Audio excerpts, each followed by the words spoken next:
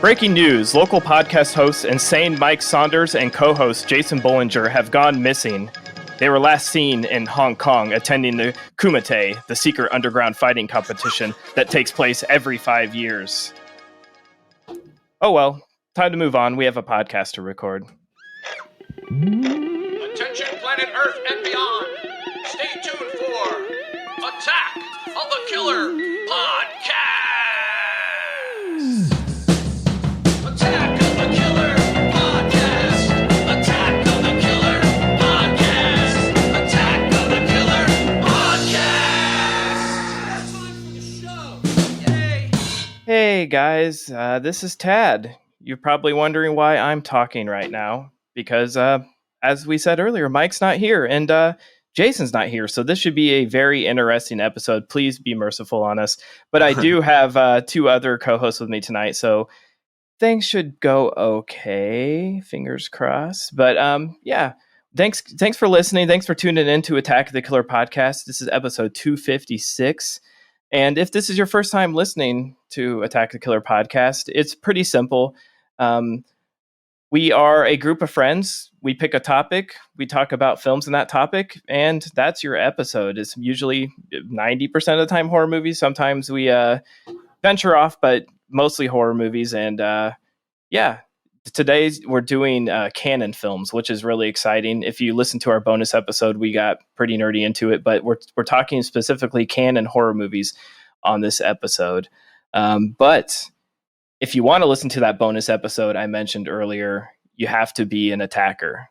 And you might ask yourself, what is an attacker? Well, an attacker is a very special person. It is someone who is a member of our Patreon, where they get bonus videos, they get killer critiques, they get to request movies for us to watch, they get a lot of videos of me opening toys. I don't know if that's a good thing or a bad thing, but I can't open a toy without recording myself now. So, and it's thanks to you guys, the attacker. So if you want to support the show and be awesome like the other attackers, go to jointheattackers.com. Check out all of the bonus features over there and sign up. Now, I would like to introduce you to the podcast crew. This is usually where Mike has a really good joke about somebody, but I don't have any jokes. So, Andy, welcome to the show. Hey, everybody. We're 2 men down, but we won't let you down. Thanks for listening. And, of course, we have a returning guest, an old-time favorite, everybody's favorite. We have Brian Clark back on the show. Hey, I'm like a bad penny. You just can't get rid of me. How's it going, everybody? I missed the bad puns, damn it, Tad. Why didn't you write me a joke? If I would have had a little bit more of a heads up, to pull the curtain back, we heard that Mike would not be able to join us just a few hours ago. So we're doing with what we have, and I'm not a joke writer. So especially not bad jokes and pun jokes. I can't even attempt to top Mike's stuff. So maybe, Jason will have to do some editing magic and have Mike come in and post and, do some fun stuff. But you don't get jokes with me, and I'm not even going to attempt it. But this is you're where not a joke writer, you're a joke hater. That's true. And you might hear some sounds in the background because we're all dealing with severe storms right now too. So sorry. No, it's okay. I'm letting the listeners know that we're right now, like there's tornadoes flying all around us, and you know what? We still love you guys. That's why we're doing the show. No tornadoes can stop us. Life and limb, baby. Exactly. So the next thing I guess I would do, I have no transition. I'm just going to go right into it. If you're not a listener of Shudder, what the hell's wrong with you? All of us love Shudder. Yeah, you should only listen to Shudder. Well, yeah, if you're not a watcher of Shudder, sorry. if you're not a subscriber, a Shudderer, then what the hell's wrong with you? Because Shudder, right? Shudder is the best. Mike always says it's the Netflix of horror, and I think that's insulting because that's insinuating that Netflix is sort of the top dog, and I say Netflix is the Shudder of garbage. Netflix doesn't have Joe Bob Briggs, Elvira. It doesn't have any of that great fantastic horror stuff. So we have a gift for you. If you do not somehow, for some reason, have Shudder already, you can use the promo code AOTKP, sign up for a free month. That's right, a free month from us at Attack of the Killer Podcast with the promo code AOTKP. Just plug it in and get watching. So I guess that leads to my next segment. I've never introduced my own segment, but here we go.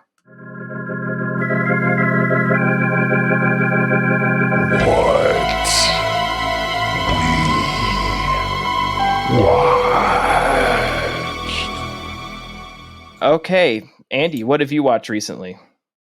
I watched Spider-Man No Way Home finally with the wife. I think we've touched upon that plenty. I think it is really, really good. Sorry it took me this long to get around to it, but yeah, they wove that together really, really good with the multiverse, and really enjoyed it.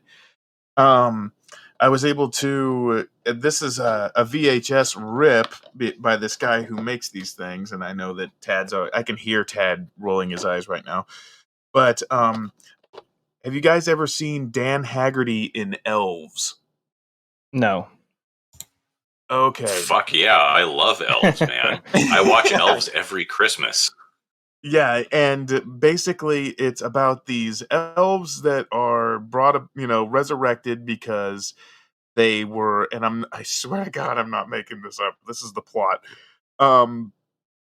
It's elves were basically assassins for the Third Reich in Nazi Germany, and now they're back and they have to procreate with a female. And Dan Haggerty is a former detective who literally smoked, I think, at least 4 packs of cigarettes during the course of this film. I mean, I got emphysema watching this.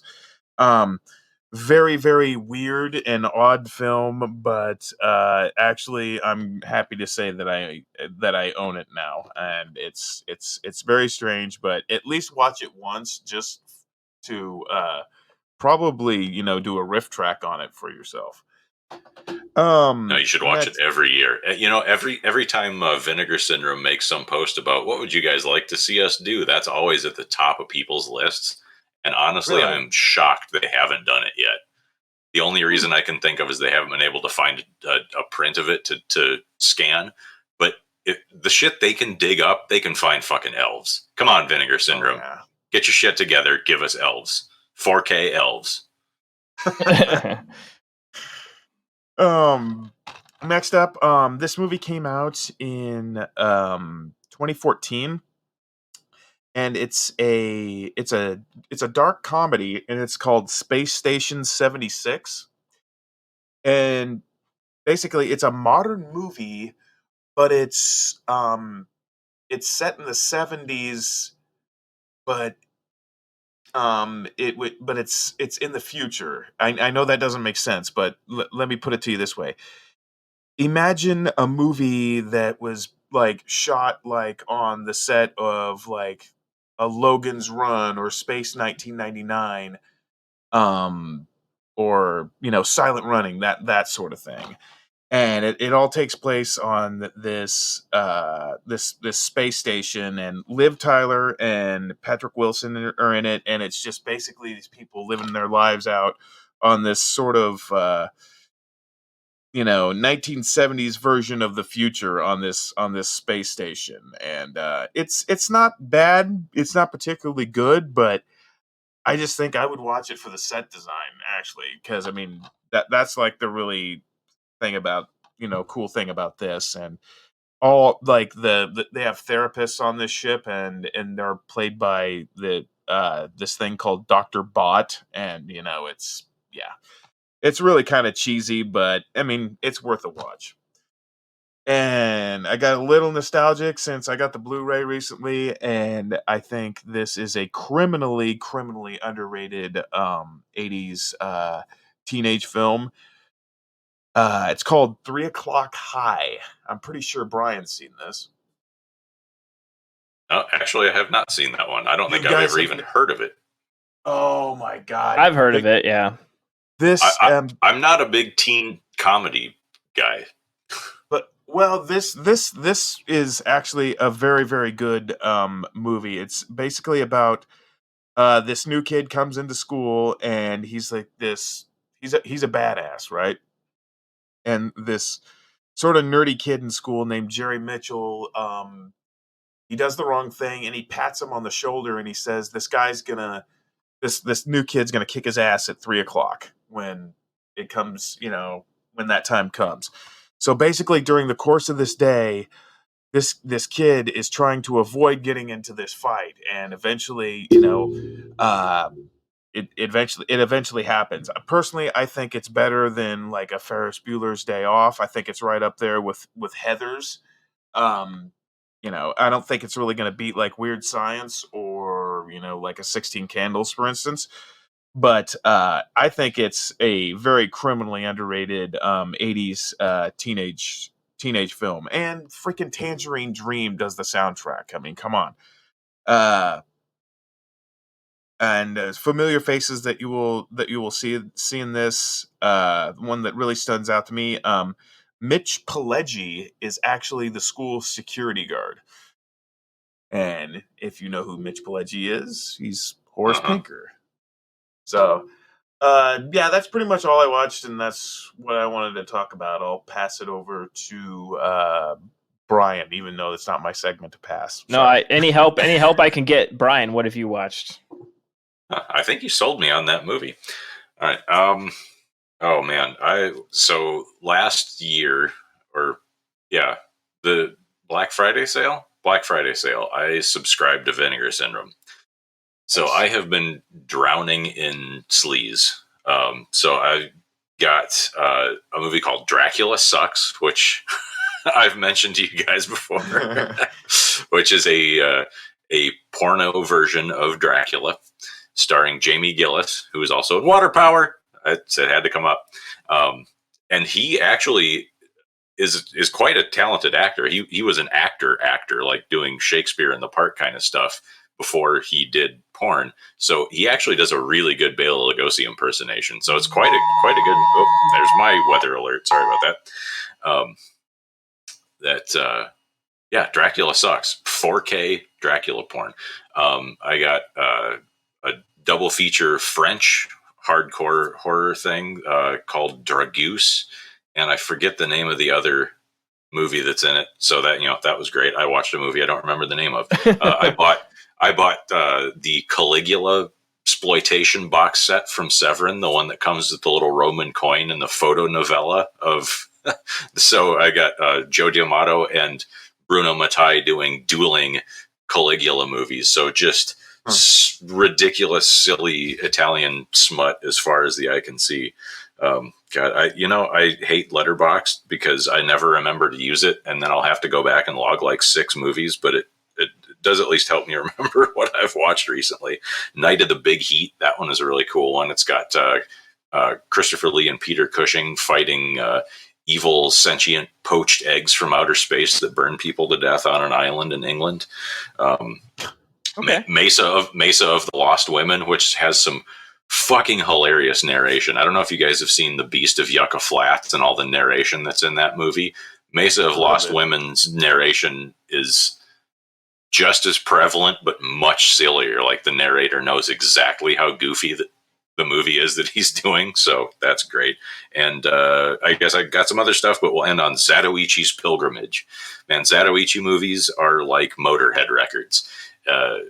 You like it or you don't. They're all the same thing. But if you like that one note that they play, by God, it's a fucking great note. Kick-ass blind masseuse who is the world's greatest swordsman, getting into all kinds of shenanigans and kicking samurai ass left and right. That sounds pretty awesome. Yeah.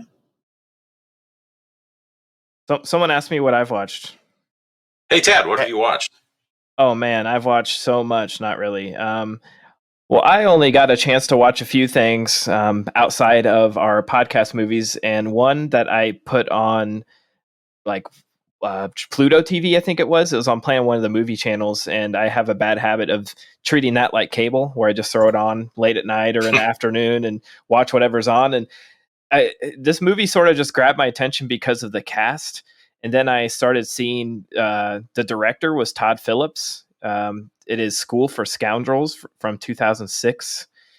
Hmm.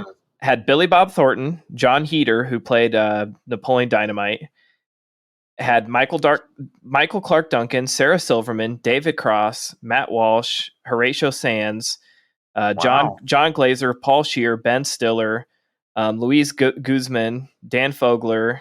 It had like Jim Parsons and Aziz Ansari as uncredited roles in this movie. Andy Daly, Wow. Bob Stevenson, Joe Nunez. Like it's one of those movies where it's like everybody in the movie is recognizable as somebody. And obviously, like well before a lot of those actors were what they are now. But not a very good movie.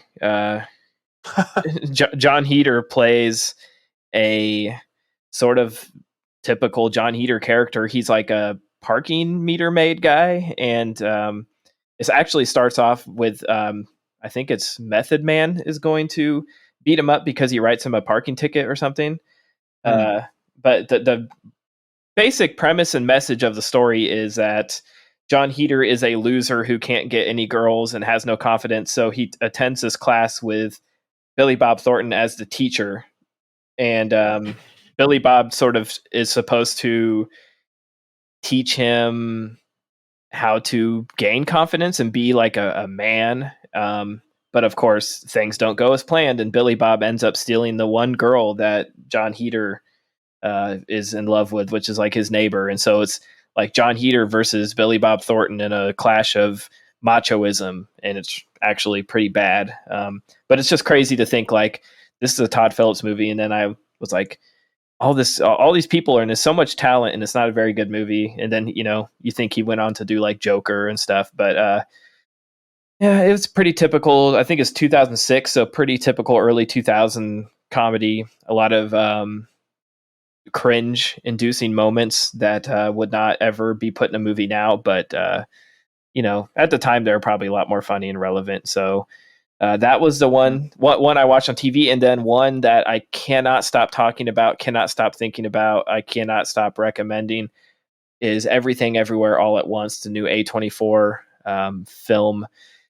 It's written, directed by Daniels, who also did Swiss Army Man. I don't know if, yeah. yeah. Yeah, Movie. we're hoping to go see that this weekend. So you shut your whore mouth about it.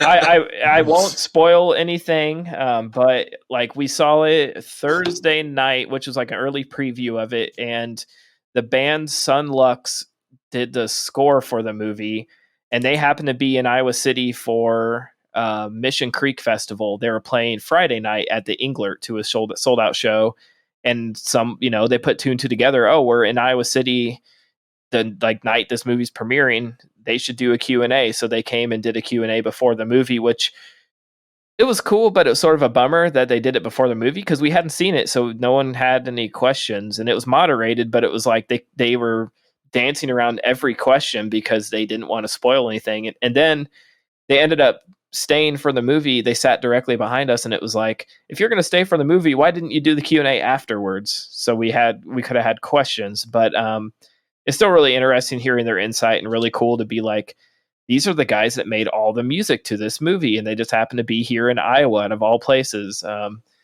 the movie blew my fucking head off. It was amazing. Like, it was me and Nikki. We went and saw it, and when like the credits ended, like I looked over and she was like, "That's one of the best movies I've ever seen." Like, not like that was really good or that's like my favorite movie of the year. She's like, that's one of the best movies I've ever seen. And she has a Swiss Army Man tattoo. And so for her to be like, this one even like impressed her even more. It's just, it was so good. And, I keep singing his praises, even though I don't really need to. I think it's one of the highest rated movies on IMDb and Rotten Tomatoes right now. It's just getting tons and tons of love from all the critics and festivals. And Jamie Lee Curtis is outstanding in it, a completely different character than she's ever played. And the cast is awesome. Ki Kwan is in it, and he was Data in The Goonies and in Indiana Jones, and it's his first movie in 22 years. Jesus. Yeah, his story about it is really cool. I talk a bit about it on First Time Podcast, so sorry if you listen to both. But this is not a spoiler for the movie. It's just sort of a cool story. What happened is that he was a big star in the '80s. He did Data. He was in Indiana Jones, and then as a lot of kid actors, and especially an Asian kid actor, like when he started getting into those awkward teens and early 20s, like there was no roles for him. So outside of like the racist stereotypical Asian roles. And so Yeah. he was like, what do I do? So he went to film school and became a like fight coordinator or a choreographer. And so Wow. he actually worked on like X-Men and a few other really big movies as sort of a fight choreographer. But in 2018, he went and saw a movie called Crazy Rich Asians, which had the lead from Everything Everywhere All at Once. And he saw that and said he had FOMO. He was like, I really wish I could, now that we're being more accepted and we have a spot in film, like, I really wish I was acting. So he reached out to a friend who is an old friend that represented some actors, and he's like, do you think like maybe just put my name out there and see if there's anything that might be interesting for me? And then 2 weeks later he got this, and he's like the second lead, like he's right there. And this movie is going to be up for some awards. I think this movie just is so good and so crazy. It's like the best comedy, the best action, the best sci-fi movie I've seen in the last, I don't know, 20 years. It's so good, guys. That's awesome. See, I didn't know any of the other stuff. Had no idea that the Swiss Army Man guys directed it until you said something about it on Facebook the other day. Had no idea Jamie Lee Curtis was even in it. Wouldn't really have given that much of a shit had I known. I just wanted to go see it because of Michelle Yeoh, because I'm a huge fan of hers. I love kung fu movies, and I think it's super fucking cool that she's kind of getting a little renaissance now. Like when she showed up in Shang-Chi, the Marvel movie, Yep. and we got to see her fighting, it was just, oh my God, she's still got it. She's so fucking good. Yeah, and again, not a spoiler, but this is another really quick. I'll stop gushing after this quick story, but this movie has the most amazing fight scenes I've seen in years. It's not like John Wick fight scenes. It's like the old Kung Fu 70s fight scenes. And Daniel, best kind. Yeah, and there's Absolutely. there's different again, not spoiling anything, different multiverses where these characters can learn they have different skills and different versions of themselves. So some of them know pro wrestling, some of them know kung fu, some of them can fight with their pinkies, some can do whatever. But what's really cool is that Daniels, when they were putting this movie together, they were searching high and low for in Hollywood for studios like fight choreographers that could do this old kung fu style where people were flying and they could do superhuman things and just really cool old school Shaw Brothers shit. And as far as I know, the Ewan family is still in the game. Well, they used to do the choreography for. Yeah, well, he's one of the. I mean, there's a bunch of them. Corey, I think, was the most recent one doing like the Matrix and stuff. But that is like their family business and has been going back decades. Yeah, so they really could not find anybody who they were told over and over again, like, we can do stuff like you've seen in the Matrix or John Wick or these or even Marvel movies, but like nobody does them like the old school kung fu movies. So they're like, what if we just like Googled it, and they found these two brothers that go by the Marshall Club, and it's these two brothers that or obsessed with kung fu movies from the 70s. And so they're self-taught, and they watched like every movie on slow motion, paused the scenes, and they taught themselves all the moves from famous kung fu movies. And then they started they gathered their friends and they started making these fun YouTube videos of them just doing stunts and fight scenes. And they're like, these guys have never worked on a movie. They just make these YouTube videos. They reached out and they're like, would you guys be interested in doing our big A24 film? And so they brought him in, and then they were like, oh, you guys are awesome. Like, not only should you like choreograph these fights, you should be in the movie as characters. So they're in the movie. And after they did this movie, the last day of filming was the first day that shit went down with a pandemic. So they literally like put it in the can right before, and they've been sitting on it. But because this movie happened and there was a lot of buzz going around about it, Marvel caught wind of them, contacted them, and they did all the fight choreography for Shang-Chi or Shang-Chi that you just said. Shang-Chi. Yeah, they did all that for that movie too, and then they've done like another Jackie Chan movie. So these guys went from like just being like dudes in their basement that watched too many movies and were fighting each other on YouTube, and now they're in high demand. Like their schedule's too full; they can't do their own like YouTube videos anymore. So this movie is just like handcrafted, like just incredible stuff. They're learning as they go, and it's just it blew my mind, and I can't wait to see it again. I'm so excited. It's actually going to play in our local theater, so I don't have to drive to Iowa City again. But it would definitely be worth the drive if it's not playing local. But man, like I said, I can't stop gushing about it. We had to come home and record like a 2-hour podcast on it that night, and yeah, I love it. Go see it. It'll probably get to our local theater eventually, but we're actually going to be in Cedar Falls this weekend anyway, so I think we're going to try to go see it there. Yeah, it didn't come to our theater last week, but it's doing so well and getting so much buzz that it's like they're putting it out more widely. So it's hitting our theater this Friday. But yeah, go check out Everything Everywhere All at Once. It doesn't matter if you're just a genre film fan. I mean, you'll seriously, your face will hurt afterwards from laughing and crying. It's so good. But I can't recommend a movie high enough. So that's what I watched. And I guess I will throw it to myself again for the next segment because Jason's not here. We're going to do pole position. From now on, like your parents were, you are the secret force of pole position. Okay, we're going to go back to the last pole position and look at results. It's sort of anticlimactic because Jason and Mike aren't here, so we can't tease Mike about getting like last or second to last place. But if you don't remember last time we did a pole position, it was best horror movie on a lake. I believe that was the last one, and I hope so. And if it's not, Jason, you'll have to edit this out. But if you don't remember the answers, Insane Mike said Creepshow 2 and Last House on the Left. Jason had The Burning and Lake Placid. I had Piranha and Creature from the Black Lagoon, and Andy had Friday the 13th and Tucker and Dale versus Evil. And then the Creature from the Black Lagoon's not on a lake. I don't care. If you're not cheating, you're not trying. That's the old saying. But Creature from the Black Lake. Yeah, exactly. Use your imagination. It's water. There's a movie called Creature of Black Lake, and it's a Bigfoot movie, and it has Dennis Fimple, who is Grandpa in House of a Thousand Corpses. So you should have picked that one, poser. What would you have picked if you were, since we have you here? What are your two favorite lake movies? Probably Crater Lake Monster, and I don't know. I mean, Lake Placid's pretty damn good, but that was already picked. Yeah, so it's not as easy. I'm just going to go with Crater Lake Monster because, you put me on the spot. I wasn't prepared for this. Okay, sure enough. Yeah, mine would be the Ricky Lake Show. You already had a chance to answer, and guess what?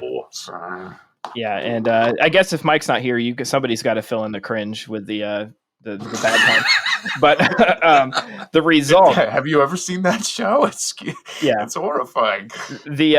Anyways, to the results, Andy and Insane Mike. Loch Ness Horror. No, Andy and Jason tied for last place with 14.3%. I did the 13th got left. And then second place was Insane Mike with 28.6%, and then I won at 42.9%. So apparently people don't care if Creature from the Black Lagoon is not a lake movie. They prefer it to the other. So once again, I win. So I guess now we will go into our new poll position. And as always, go over to our Twitter. It's Twitter at AOTKP and vote for your favorites. We are going to talk about our favorites or the best horror distributor. I know Jason usually does a random number generator. I'm just going to be polite and let our guests go first.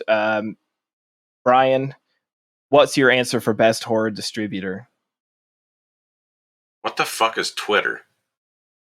See, you know what Twitter is. You're not that old. Okay. So you guys usually do a couple. Am I supposed to pick multiples or just say one? I'm just doing one because because I'm lazy and yeah. All right. Well, I'm going to say American International Pictures.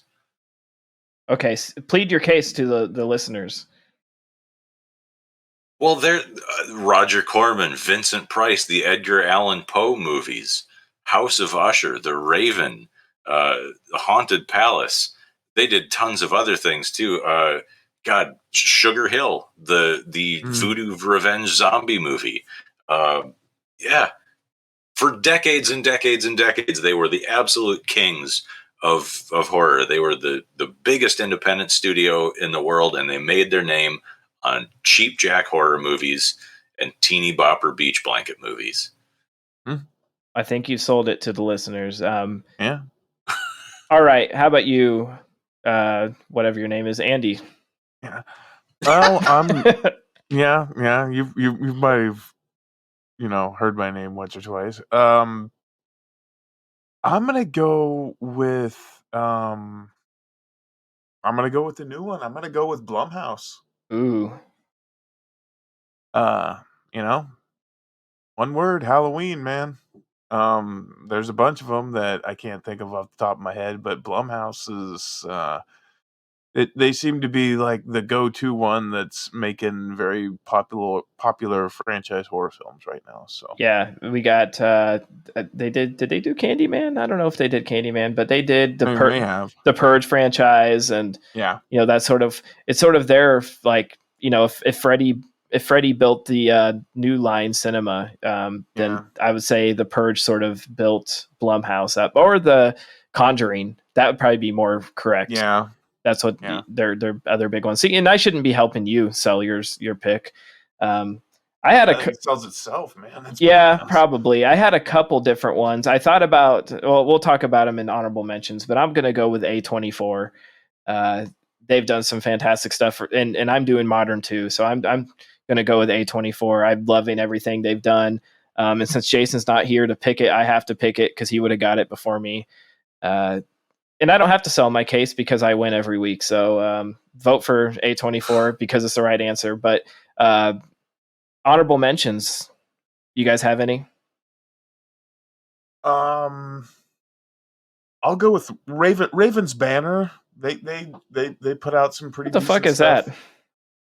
Raven's Banner. It's a film distributor, right? But I've never heard of it. Like you said, they put out some decent stuff. Name something. I think they did Dead Silence. Okay. I know they've done good stuff. I'm not just making this crap up. I promise. I almost went with Universal just because the classic monsters, but I felt like that was almost cheating because that's like a huge all-encompassing monster of a distributor. You know what I mean? And you mentioned New Line. I mean, they made great stuff. I mean, like you said, it's the house that Freddie built. Or Lionsgate was huge for a long time. Yeah. So I had a big list because I thought we were doing. So I had Independent International, which was the company started by Al Adamson and Sam Sherman. They did all of Al Adamson's crazy movies like Dracula versus Frankenstein and Blood of Ghastly Horror. There's Hemisphere Pictures, which is a big Filipino exploitation thing. They did the Blood Island movies. That was a big thing for Eddie Romero, Beast of the Yellow Night. Of course. A lot of stuff with John Ashley and Vic Morrow. Fucking Shaw Brothers, man. Shaw Brothers horror movies are fucking crazy. You got Boxer's Omen. You got the Black Magic movies. You got Seeding of a Ghost. They have some gnarly. I think Corpse Mania was a Shaw Brothers movie, but I'm not 100% sure. That's almost it's like a Kung Fu Giallo. That's a weird one. And then Golden Harvest, one of the greatest distributors of the Category 3 movies. So you got stuff like Ebola Syndrome coming from them. Real gross shit out of Hong Kong.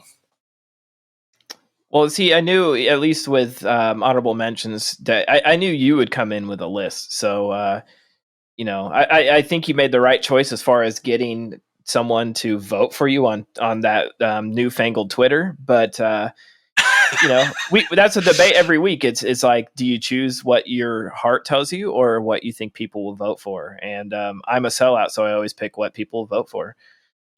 And my VCR is still flashing 12 o'clock, so I'm going to have to listen to the next episode to find out what people voted for. Yeah, I'll send you the link, and you won't click it, but two movies that stand out from Raven's banner right now are Psycho Gorman okay. and VHS 94, actually. Okay. You redeemed yourself. I'm sorry for calling you and putting you on the spot of like, what is this? Okay. But you redeemed yourself. Those are two great. They were on my list last year, both of them, for best of 2021. So that's a good answer too. It's no A24, but it's still pretty good. Okay, so I guess that leads into our film discussion, what you came here for. So, Andy, what is our first movie? All right, our first canon film comes to us from 1985 by director Tobe Hooper. It is called Life Force.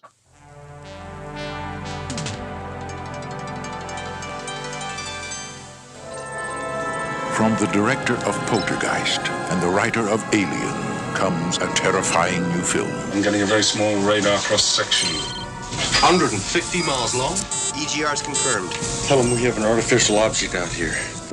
In the tail of Halley's Comet, there's something wrong. Something ancient. Something evil. Jesus. Houston, we have a problem. Something's happening to me. Something hungry that's brought to Earth. She's destroyed worlds. That girl was no girl. She was totally alien to this planet and our life form, and totally dangerous.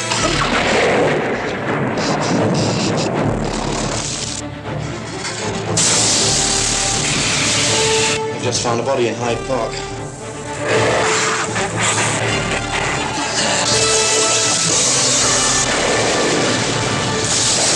Life Force.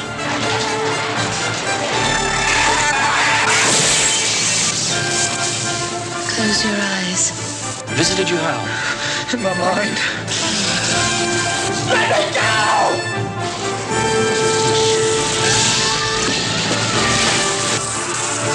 It's already spreading. You didn't stop it. It's too late.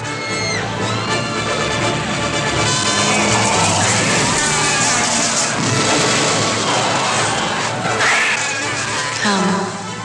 Be with me. Life Force. The terror has just begun.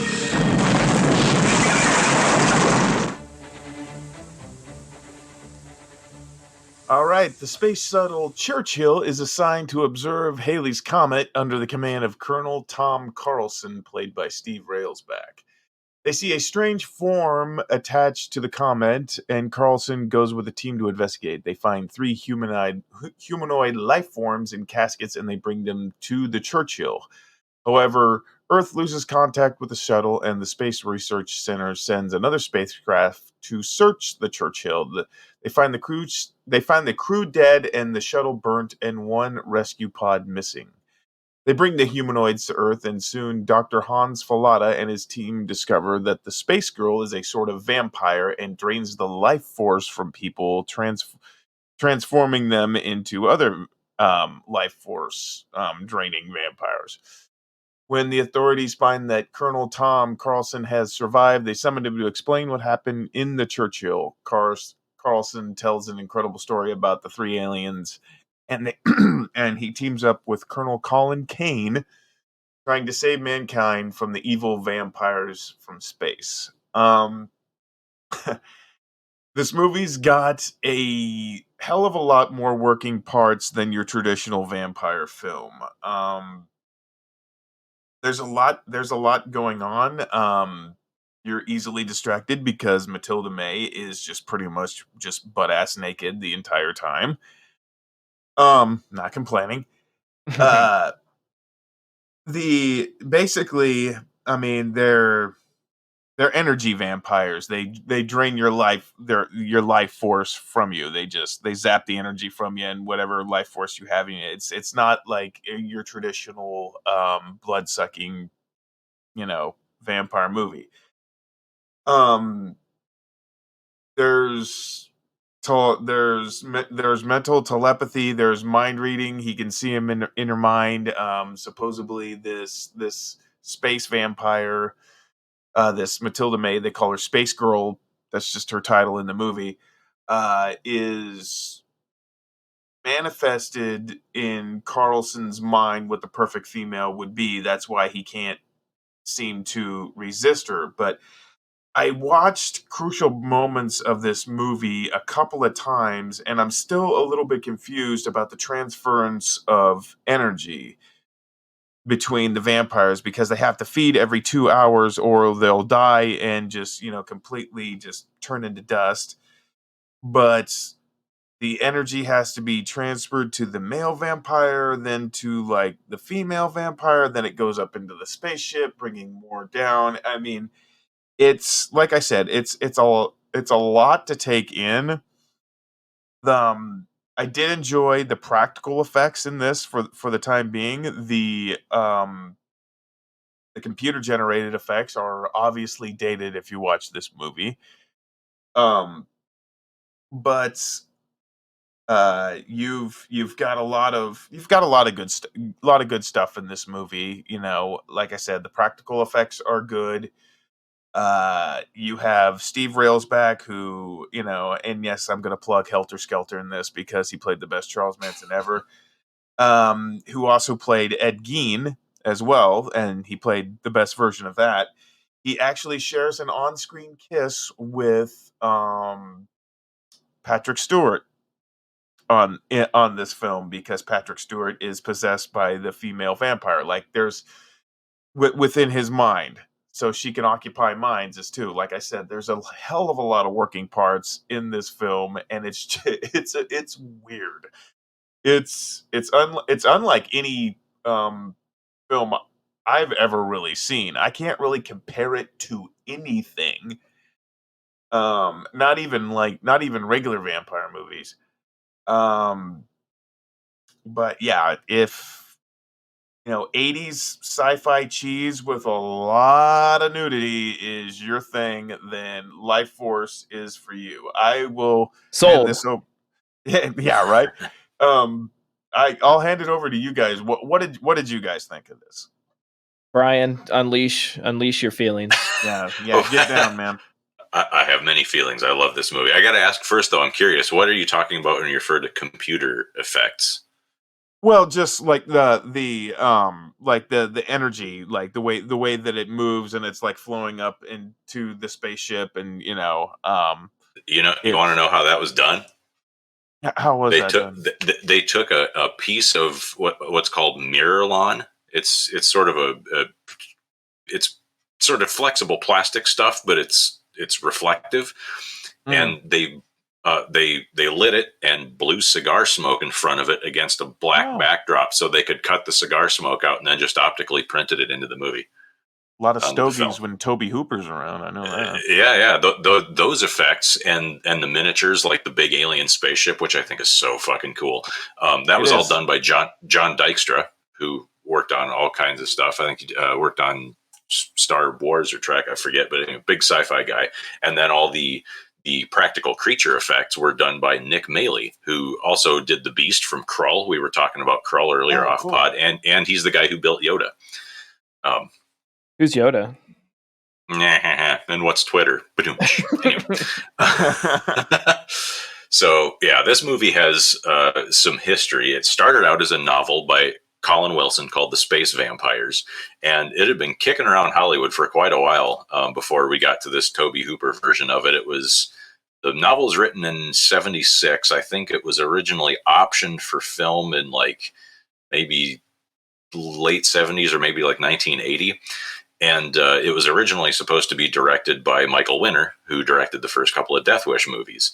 That option lapsed. Golan Globus and Dino De Laurentiis had that option on it.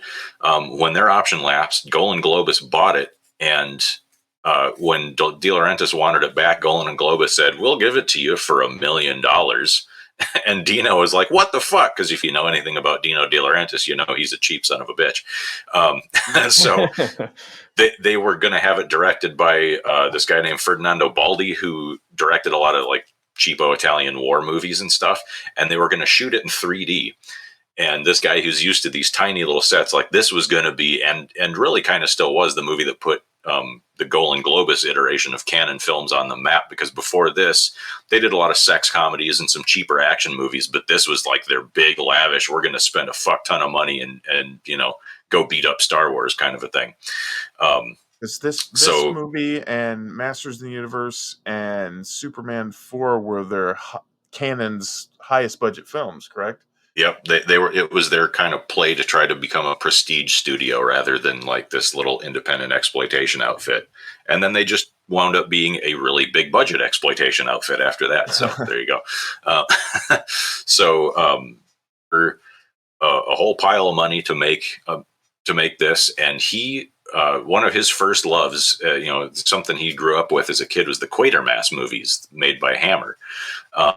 And he kind of saw that like they were going to give him $25 million for a budget, which was like, you know, more money than he had ever seen in his life before, other than, you know, I guess he just came off Poltergeist.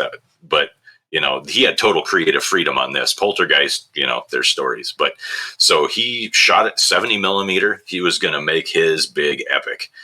And then it just, you know, lots of studio fuckery and things kind of got a little out of hand.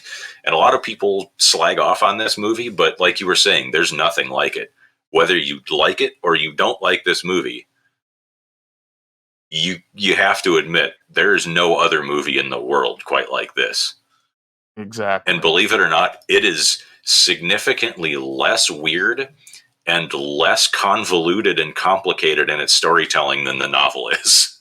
The novel is really fucking weird, because Colin Wilson was into he mostly actually wrote nonfiction stuff, so he has tons of work on like sexual studies and spiritualism and you know, telepathy and mind powers and that kind of thing. And so he worked all of this weird psychosexual spiritual energy shit. And that's why they're energy vampires still, even in the movie. But in the book, he even drags in a character named Count Magnus from an M.R. James story that's like 100 years old. So like he's just weaving all this stuff through, and he never really wanted to get into weird fiction, but he had been in contact with August Derleth, who ran Arkham House Publishing, who are kind of the people who rescued H.P. Lovecraft from obscurity after all the Weird Tales magazines were out of print.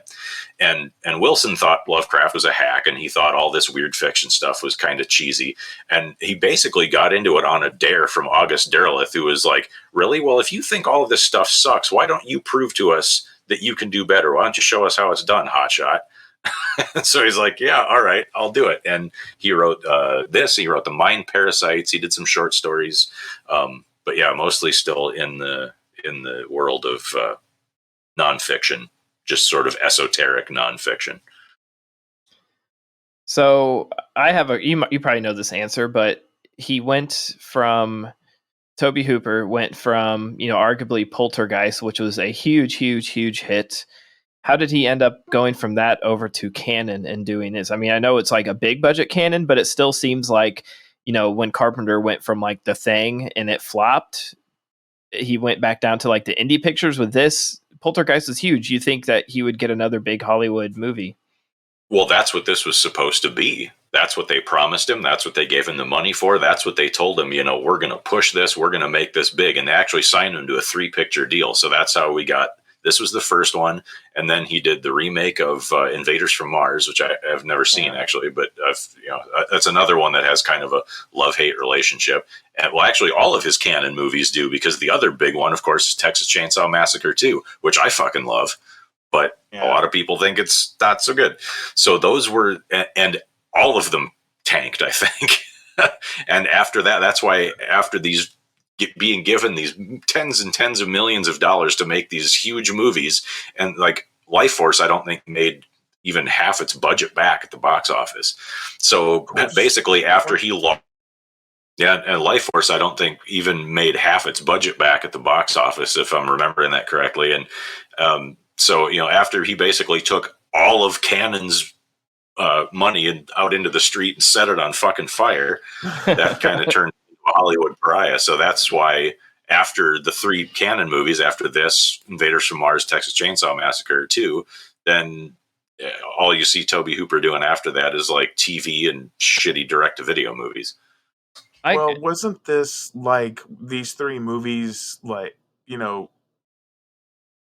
Menachem and Urim, I mean, they basically said, like, here's some money, do what you want to do what you're passionate about. Because, like, I think Invaders from Mars for him was more or less him, remaking these films that he loved as a child and, recapturing that. And of course, Texas Chainsaw 2, he wanted to, amp up the comedy that he thought people missed in the first one.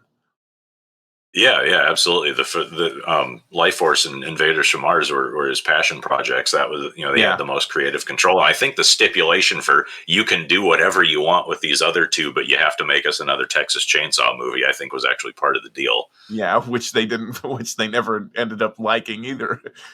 Right.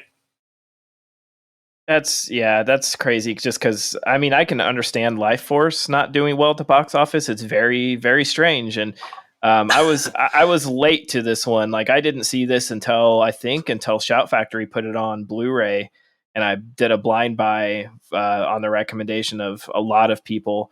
And then it's funny because I watched it, and I don't remember if it was for a podcast or if it was just stocking up on movies during some kind of sale that I needed to throw money at. But it's funny, later, like I ran into a friend who runs a retail shop, and they had a VHS of Life Force, and I'm like, oh, cool. And he's like, is that a good one? And I'm like, yeah, I really like it. It might be a little weird for you because he's not deep into horror and sci-fi. And he was like, well, explain it to me. And I sort of sold it to, I sold it to him. And like, and the main sort of villain is like a super beautiful woman who's naked the entire movie. And he's like, sold. I'm like, the internet exists, right? If that's all you want from it. But he took that VHS home for like 50 cents. So if it's an original release, it's worth money, probably 50 cents. Yeah, probably. Okay. Yeah. Okay. So did you guys have any final thoughts on Life Force before we move on to our next movie? I don't know if I got enough time to spit anything out before I get eaten by this damn tornado.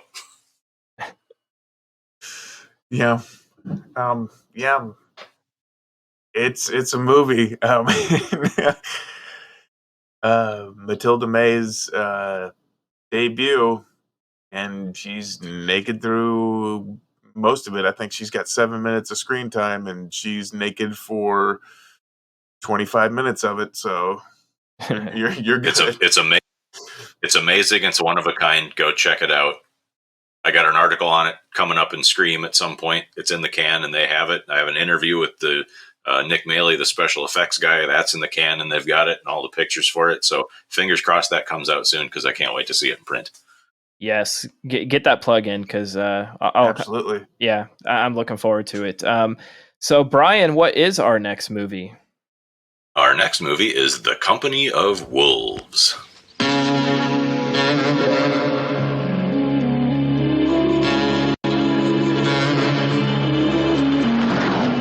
Family pet, a bedtime story, the familiar landscape of childhood. You have to come out sometime. You can't sulk in there forever.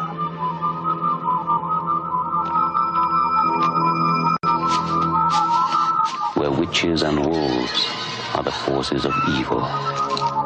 Where good will triumph and all will end happily. Your granny spoils you. She makes you think you're something special. That red shawl. But this is no fairy tale.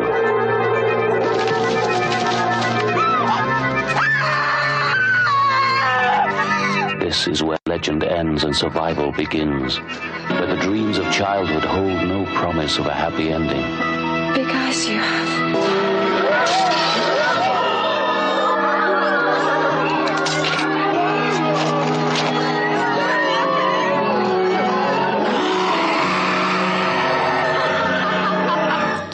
kind of wolves are hairy on the inside. And when they bite you, they drag you with them to hell.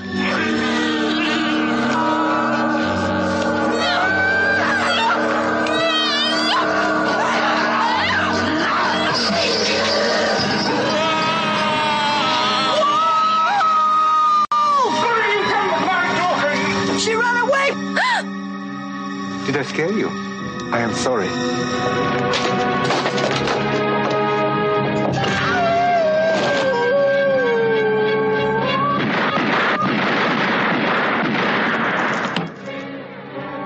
When I killed it, it was a wolf. And then before my very eyes.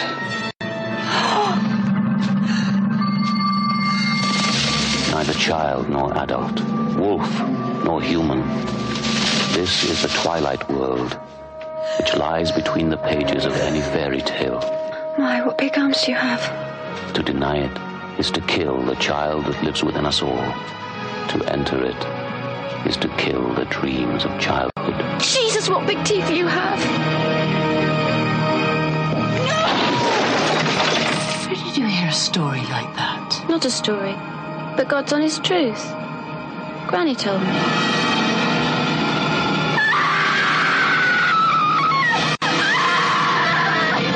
The company of wolves. They are all the company we keep, even in our dreams.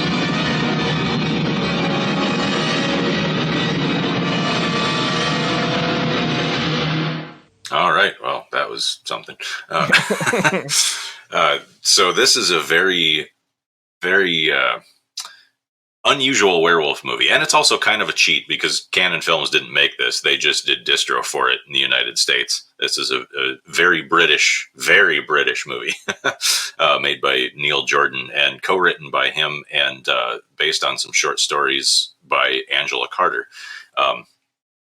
So it's about this young girl named Rosaline, and the movie opens where it seems like they're maybe moving into a new house. It's kind of a big sprawling mansion-y kind of thing, and her older sister's yelling at her and banging on the door, and she's trying to take a nap and not be annoyed by this. And while she's taking a nap, she dreams that her sister has run out into the woods and is being chased by all of her stuffed animals, and then she gets eaten by wolves, and that kicks off the story in this fairy tale dreamland where she sort of takes the role of Little Red Riding Hood, and her grandmother, played wonderfully by Angela Lansbury. She's so much fun. This movie is full of just fantastic character actors.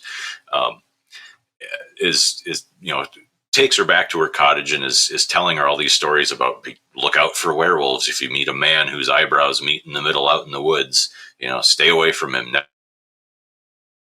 Never stray from the path, or the wild beasts will eat you. And her parents are trying to be as progressive as people can be progressive in old-timey times.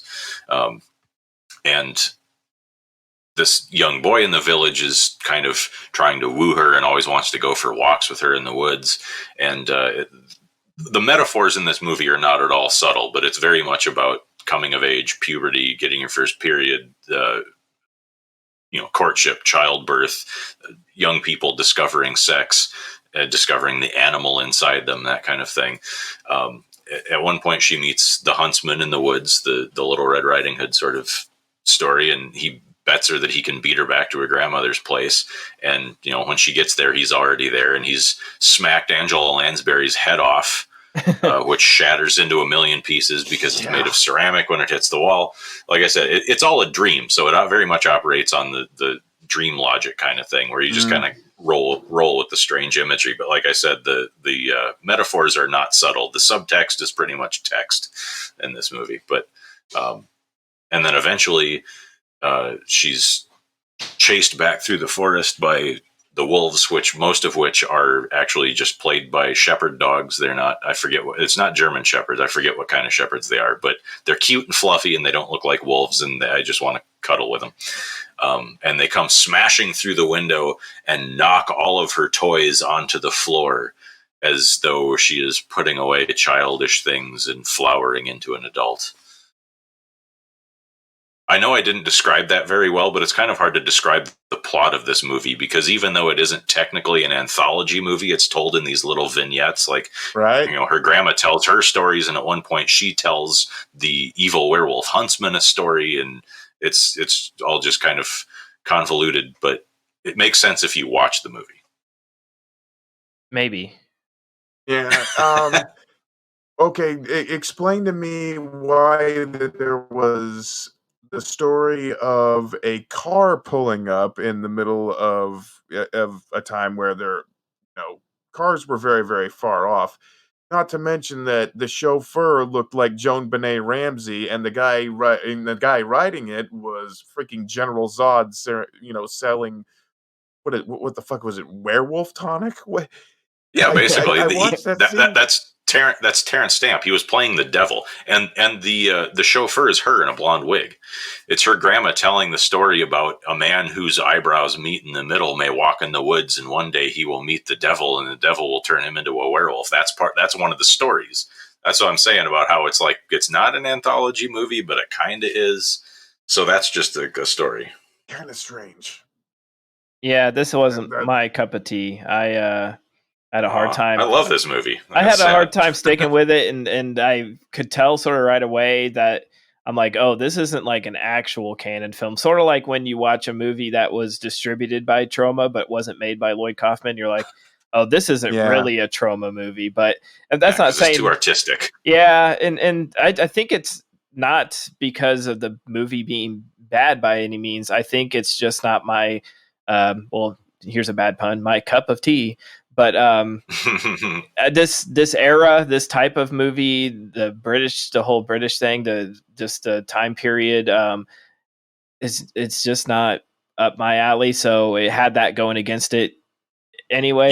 If this movie had the A24 logo at the beginning of it, you'd be sucking it off right now. Maybe, but it didn't. So, but it just, I don't know. Some of the transformations were sort of cool and unique. Like, you can appreciate that because the practical effects were really good. Yeah, finding something unique to do with a werewolf is, not an easy task. It seems like it's been done a million times, and we continue seeing new ones. Like what was it, Wolf Cop? I love that. I love what they do with that. Explodes. Right? Yeah, that's hilarious. But this was pretty cool. Those scenes captured my attention. It's just leading up to that, I was just sort of like, what the fuck's going on? And it was hard to follow, and it's probably more so me just being distracted too. But like I said, it's sort of definitely a movie that you kind of need to pay attention to. Yeah, and I mean, I always hate to do this, like where I'm like, well, the other two, but like Life Force, I've seen before. I was excited going in, so already again putting it up against that, I'm like, oh, it probably has no chance. I love Life Force. It just didn't have the canon feel to it to me, and now that you say no, not at all. If you're going in expecting it to be be like a canon film, because the companies were Palace Pictures and ITC Entertainment, who are the actual the studios who backed the movie. And Neil Jordan's a very artsy filmmaker. I don't know if you've ever seen it. The other one, this isn't an artsy movie at all, but I'm thinking off the top of my head, he did The Brave one with Jodie Foster, that kind of PG-13 Death Wish knockoff. But mostly he makes more artistic movies like this. And I'm going to be a little blasphemous here. Now, I understand that American Werewolf was groundbreaking. Like, that extent of effects in one shot in full light had never been done on film before, and in that it remains unparalleled.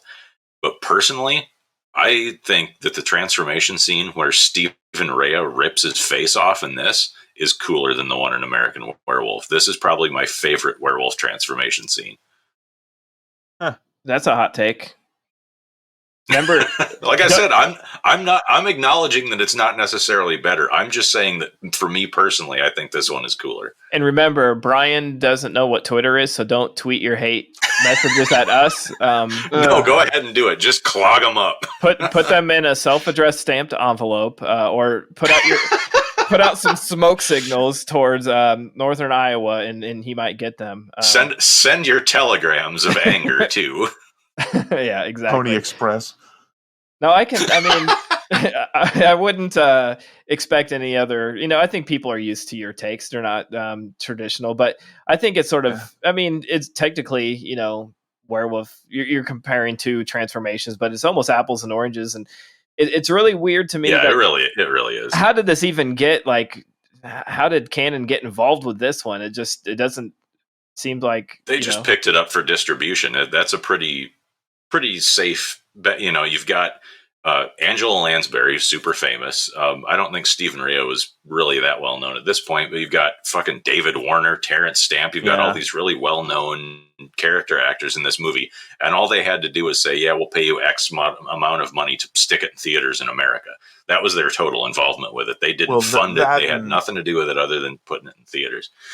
That and Canon actually owned a lot of theaters as well. They needed stuff to put put in their theaters. Because Urim, I think he bought a lot of theaters in London and in America as well. So I mean, you got to fill the screen. And it was kind of a prestigious, artsy. Like I said, Neil Jordan's known for that stuff. It's based on 3 short stories by Angela Carter, who also helped co-write the script, and she was, I think, at one point awarded like England's greatest living novelist or something like that. I mean, she was a real high-profile writer in England, and there's the 3 short stories this is based on. One of them was called Company of Wolves. One of them was The Werewolf, and one of them, and very little of this one made it in, but most of the wolf who gets shot and then turns into the girl and goes to the priest for help, that comes from, it's a very altered version of a story called Wolf Alice, which, if you're a fan of the band, that's where they got their name from. Because apparently the people in Wolf Alice are big horror fans. They also have a music video that's all like Evil Dead and shit. But they're a pretty cool band, and clearly deep cut horror nerds, because how many people listening to, I don't know what the hell you'd call them, indie rock, I guess, in 2022 are going to realize, oh, they took their name from this weird werewolf short story from 50 years ago. Where did White Zombie get their name from? Oh, shut up. All right. Did you guys have any final thoughts on Company of Wolves before we move on to our final film? I mean, we're always open to hear more about werewolf stories. Brian, if you got anything else. I have a fun bit of trivia about the movie. So you remember the scene where they're trying to trap that wolf that's been marauding around the village, and they make this pit trap and stake out a duck to it? Yes. Okay, so that was one. Well, you didn't. I didn't know if you remembered that part or not. You said you didn't like the movie and were distracted. I don't fucking know. So anyway, that was one of a very few scenes where they used an actual wolf in the movie. Big, tough wolf. One of the scariest animals in the.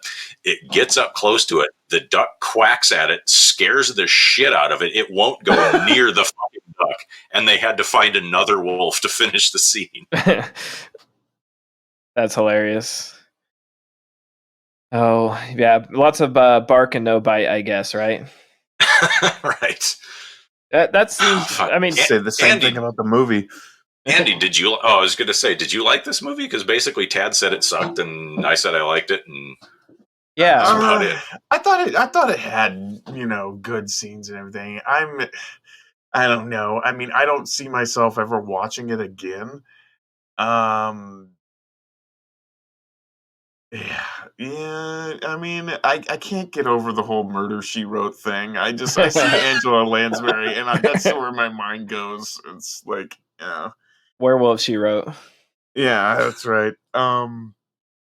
But yeah, it's like I'm kind of on the same page as Tad. It's not really my kind of movie.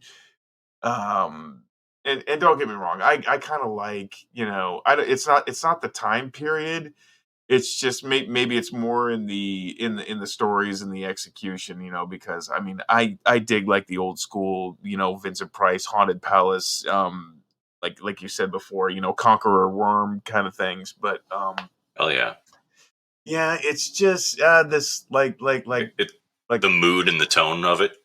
Yeah. I mean, it's just, I don't know. I mean, just, and maybe the storytelling in and of itself, like, I mean, maybe if it was just one complete linear storyline,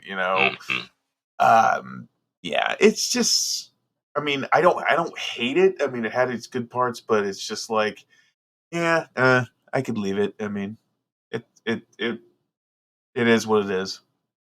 I think this one. Well, all you listeners out there in podcast land, I understand I did a terrible job of describing the movie because it is kind of hard to describe. But if you want a cool sort of slow-moving, dreamlike, ethereal fairy tale horror movie, it's great. You can ignore these two. Check it out. I think it's on Tubi, but I watched it on Canopy. If your local public library has Canopy, it's a great service, and not as good as Shudder because they sponsor us. Canopy doesn't, but you can watch this on Canopy without ads, which drive me nuts on Tubi. So yeah, you can check out The Company of Wolves. So I guess our third and final film is the one that I get to introduce, and it is from 1980, and it is Schizoid. Sick with revenge, twisted with hate.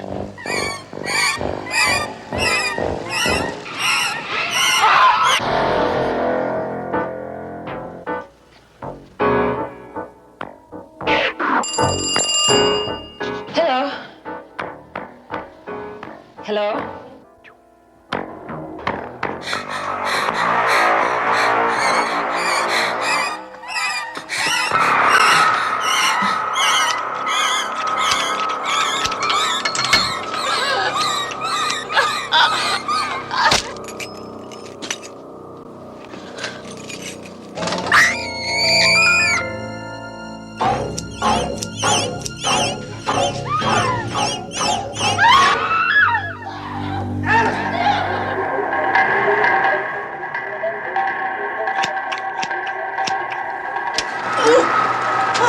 You make me sick.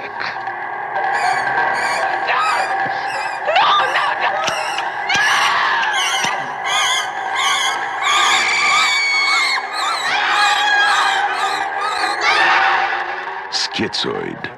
Dear Julie, don't let me do it again.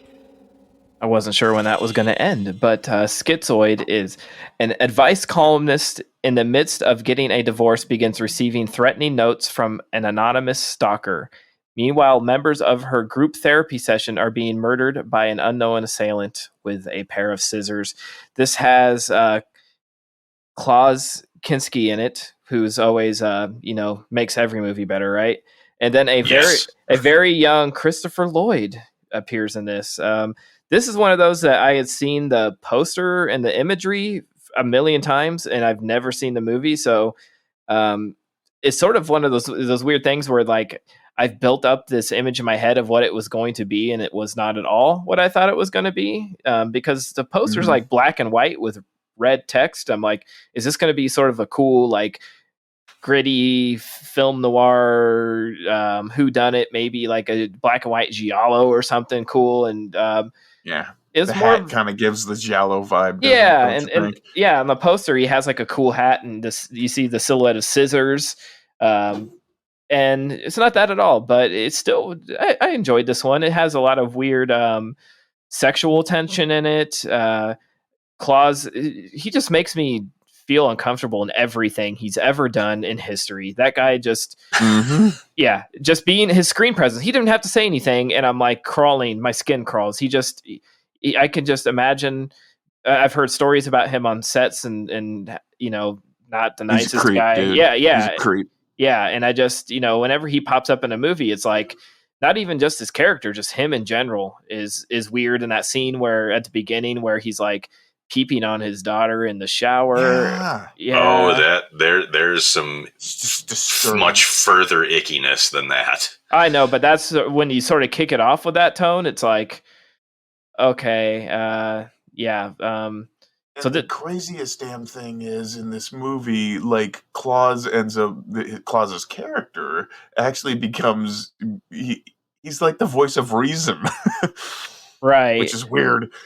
Yeah, so this vice columnist, she's sort of like a what they call that, like when there's like an infamous one where people write in and ask, Dear Abby. Dear Ann, yeah. Abby, yeah. So yeah, these people are writing in for advice, and it's sort of ironic because she's in the middle of getting a divorce herself. And I've always sort of hated that thing. Like our local radio station has one they do every morning, and it's like Ask Savannah, and I'm pretty sure they're just getting these letters from like a source, like they send out to every radio station or whatever, and people take it so seriously. I cannot read the comments. I get so mad.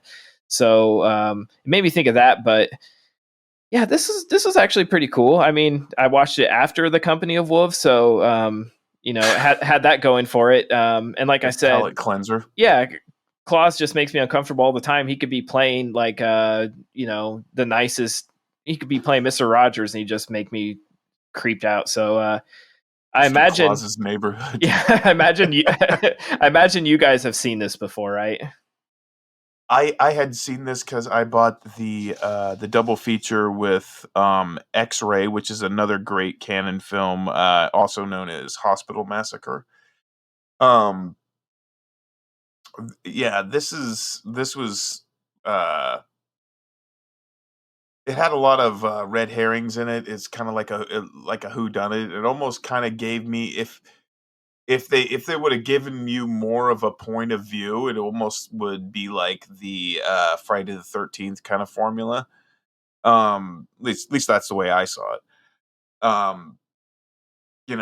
Basically very up close and mean-spirited, nasty kills. Nothing like really super creative. It's just a guy or a girl, if they don't want you to know who it is, but just kind of people just jabbing and just a lot of thrusting down with like scissors and stuff, and scissors. A lot of scissoring in this movie. Yes. It's, I'm sorry, I'm immature. Scissoid.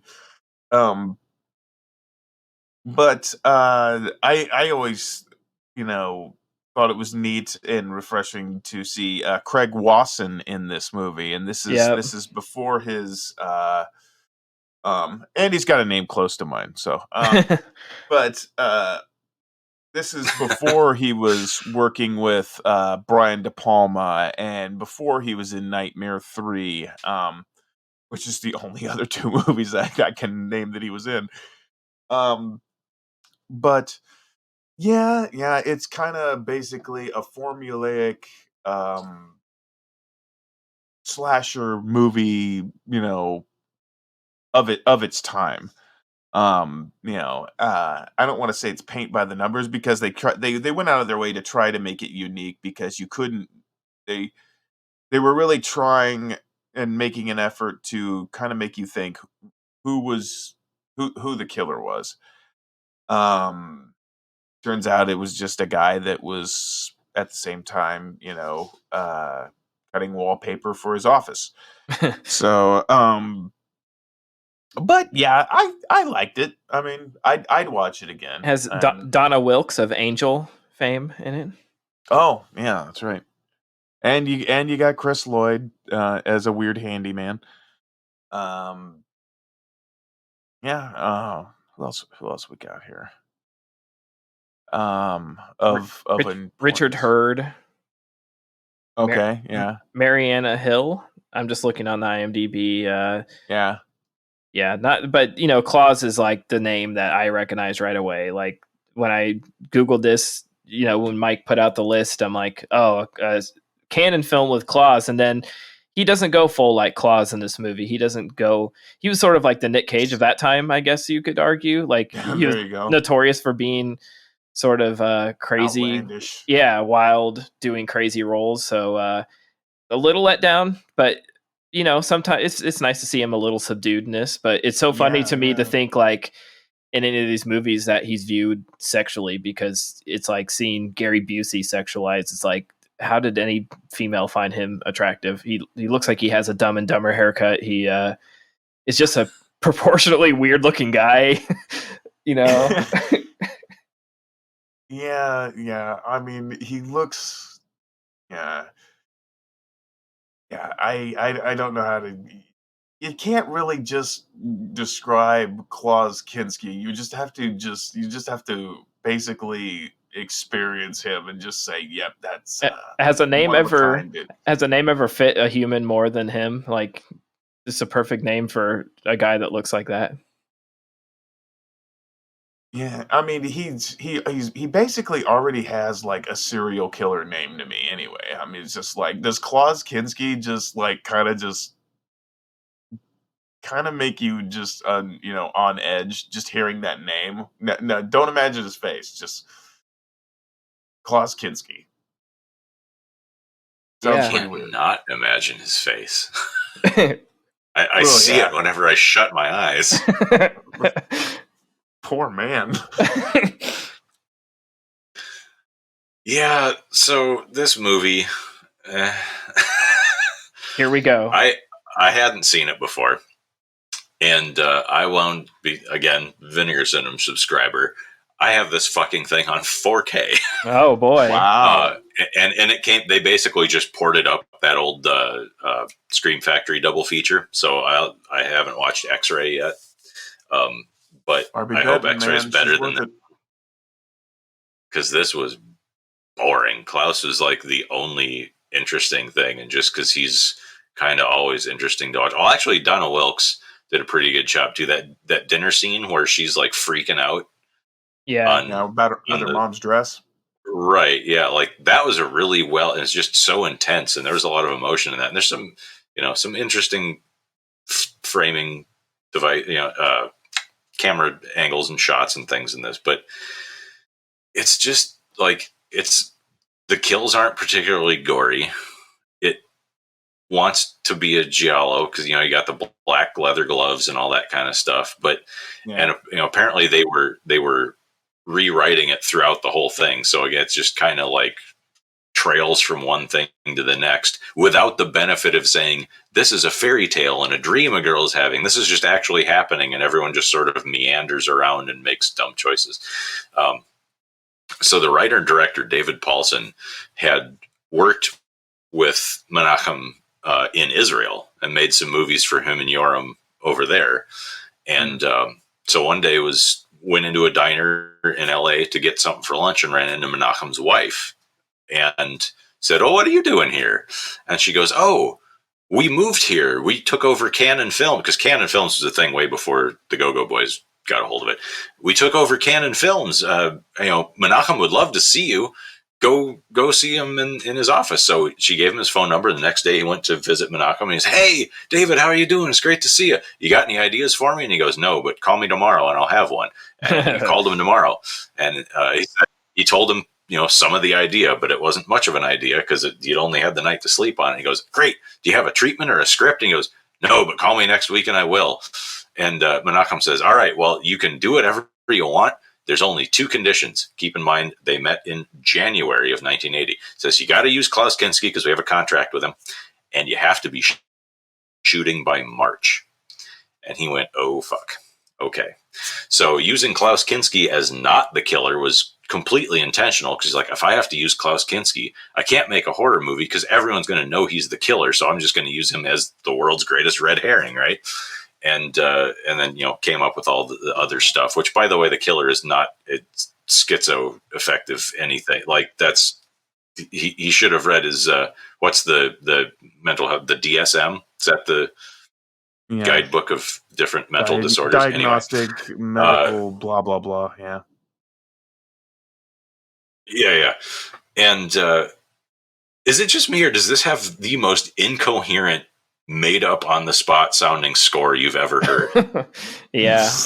Like the music is just fucking nonsense. It feels like it was written, like somebody put a keyboard in front of a person who had never even heard of a keyboard before and said, "Write me some music for the movie." And he just kind of turned on all the switches and laid down on it. Yeah, Klaus composed it with his feet. I don't know if you read that anywhere. But No, I would believe it, honestly.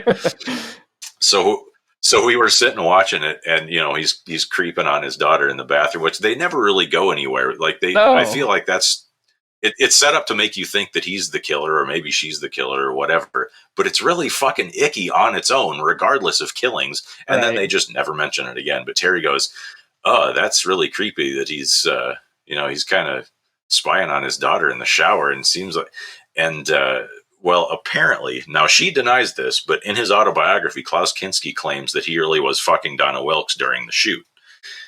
And that while he was doing it, to help him get off, he was imagining his real daughter because in real life, he done fucked his daughter. All right, that's been this episode of Attack. I was gonna say, I'm gonna leave now. This has been Attack of the Killer podcast. Good night. So you're saying he gives you the creeps and you think he's an icky dude. He's a really fucking icky dude. He was a horrible human being. Yeah. I know that I've brought the room down. Yeah, I was going to say, I don't even know how to reply or where to go from there. You've derailed the entire show. Don't read Isn't that book. why you have me here? Exactly. Oh, Jesus. Don't trust any actor or director with the last prefix in their suffix in their name, ski. Polanski, Kinski. Yeah, bad idea. Yeah. Yeah, it's man. I don't how do I follow up with that? Now what do I do? What do I do with that? Anybody have any final thoughts? It's time for shout outs. Yeah, anybody have any thoughts on Schizoid before, maybe a palate cleanser? Was there any cute dogs in this or anything? God. Yeah, I think I need to take a shower now. I think I need to a hot bath, the whole I need to burn my clothes. What the hell, dude? Did you just... Thank you for bringing your insight to it, Brian. So yeah, I guess actually that anytime I can come on and just break the show, Yeah, I mean, this is a great time to take a quick break and hear from the Prescribed Film Podcast Network. There's a million shows on there, and I've been on 50% of them, and they're all fun to listen to. They're all about movies. There's just so many great shows. So check out the pfpn.com, and then we'll be right back.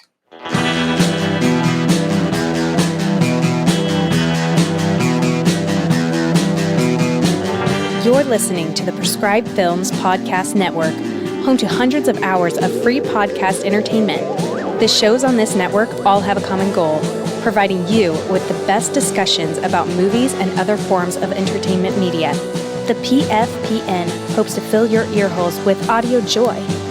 Visit our website with links to all the other amazing shows at www.thepfpn.com.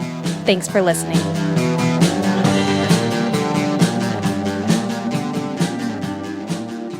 What were you going to say, Brian, before we hit that bumper? You had one final thought on that movie? I thought you were going to very tactfully cut me off there. I was just going to say, and probably most of those shows don't even talk about incest.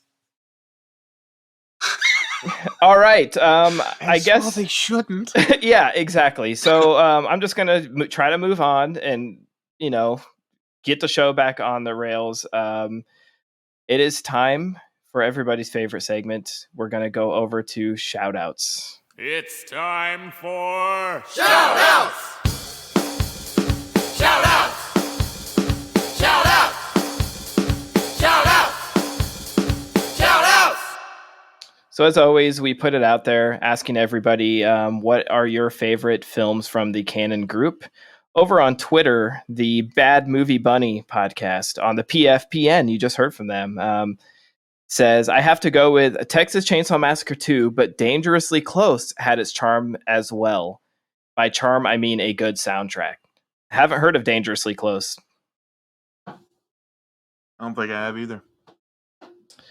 Okay, so over on Facebook, Jason posted and asked the same thing. What are your favorite films from the Canon Group? We had Tim Lennerer. He says... He's got a long one, as always. He says, Gold Trash Can. Street Smart is a daylight noir where Christopher Reeves plays a journalist who makes up a story that turns out to be astonishingly popular in both the police and pimp trying to avoid a murder trial close in on him looking for his non-existent notes. Want to watch a real son of a bitch panic as the walls close in and everybody refuses to believe his actual confession? Check this one out. Also, Reeve is only agreed to be in Superman: The Quest for Peace if Cannon would make this film. So it's the passion project that gave us one of the best worst movies ever.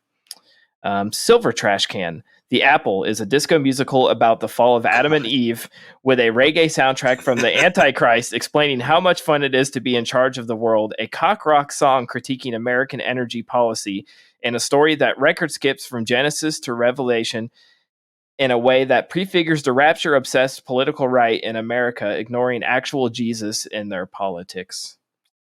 Catherine Mary Stewart. If you guys haven't seen that, you really need to. Mm-hmm. That one is must see to believe kind of thing. He gives his bronze trash can to Breakin' and Breakin' 2 Electric Boogaloo, were attempts to cash in on a mid-'80s fad and are significantly better than they had to be. Sunny pop art looks at settling your issues through dancing better than your enemies and then dancing with them anyways. Also, in the second movie, one of the protagonists dances up the wall and onto the ceiling thanks to the Cannon guys borrowing the rotating room from the first Nightmare on Elm Street for something other than a 100-gallon blood geyser. Another thing, if you watch the first Breakin', there's a dance scene out in the street. You know, these guys are, competing with each other. Keep your eye open for a very young Jean-Claude Van Damme cameo. He's actually in the background and he's dancing. This is before Kickboxer, so keep your eye out. It's actually entertaining. And then Tim has some honorable mentions. He says, honorable mentions to Life Force, and I'll try to read it as he typed it. Buck Naked Quartermass. Ninja 3, The Domination. He says Flashdance meets The Exorcist. Bloodsport, a top-tier trash classic with Bolo Young and Beast Mode. And also for them, distributing but not producing, Paul Verhoeven's Flesh and Blood, the first Highlander movie, The Hitcher, Frank Henenlotter's Brain Damage, and the Tom Hanks movie Big.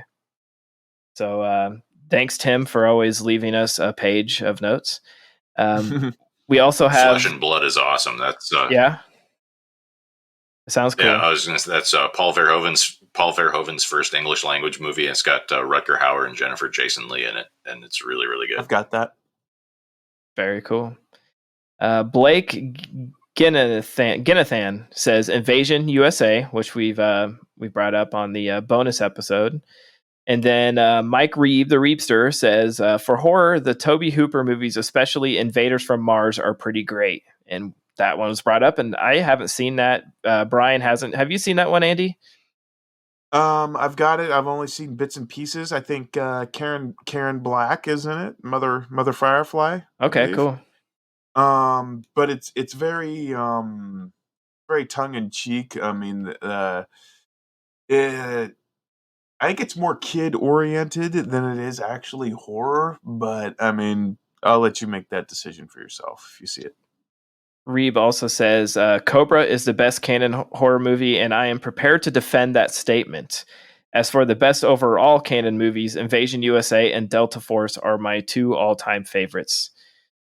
Then we go over to the Facebook group where Nick Leadham says, Bloodsport seems to be an obvious choice, but I'm a sucker for Masters of the Universe. Life Force was pretty fun, too. I'm also up for anything with ninja in the title. And then we had one over on Instagram. Our friend Roman, only Hanshot, says American Ninja. So the ninja movie's very popular with our listeners. No surprise. Yeah, and then I believe we also have a couple voicemails. So let's hear from them. Hello, this is Aaron Reese from Campfire Indoctrination Podcast. My favorite canon film is the 1987 film starring Frank Stallone, but also Mickey Rourke and Faye Dunaway, Barfly. Has anybody seen that? Anybody seen Barfly? Only bits and pieces. I have not, no. Mickey Rourke and Faye Dunaway just being shit-faced a lot, I think.